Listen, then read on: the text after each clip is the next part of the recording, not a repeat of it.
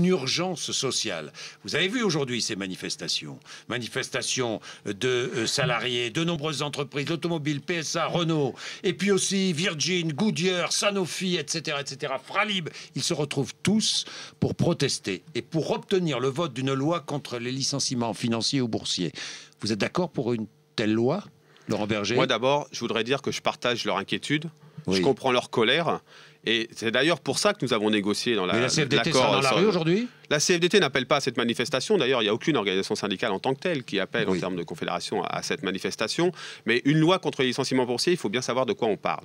Moi, je ne sais pas ce que c'est un licenciement boursier. Ce que je sais, c'est des entreprises qui parfois font des licenciements qui ne sont pas justifiés économiquement. Et dans l'accord que nous avons signé, ces licenciements sont encadrés. L'accord du 11 janvier. Du 11 janvier. C'est-à-dire que tout entre patronat et syndicat, je vais y revenir. C'est-à-dire que chaque entreprise devra faire valider ou pas son plan de licenciement par l'administration. Et lorsqu'il ne sera pas justifié économiquement, l'administration sera en capacité de dire soit on refuse ces licenciements, soit on les fait plus cher. Alors, parce que ce qui est inacceptable, c'est lorsqu'il y a des licenciements dits boursiers, que l'entreprise ne paye pas plus cher alors qu'elle externalise le risque. Donc on ne doit pas aller plus loin, Laurent Berger. Mais la difficulté qu'il y a, donc l'accord trouvé suffit.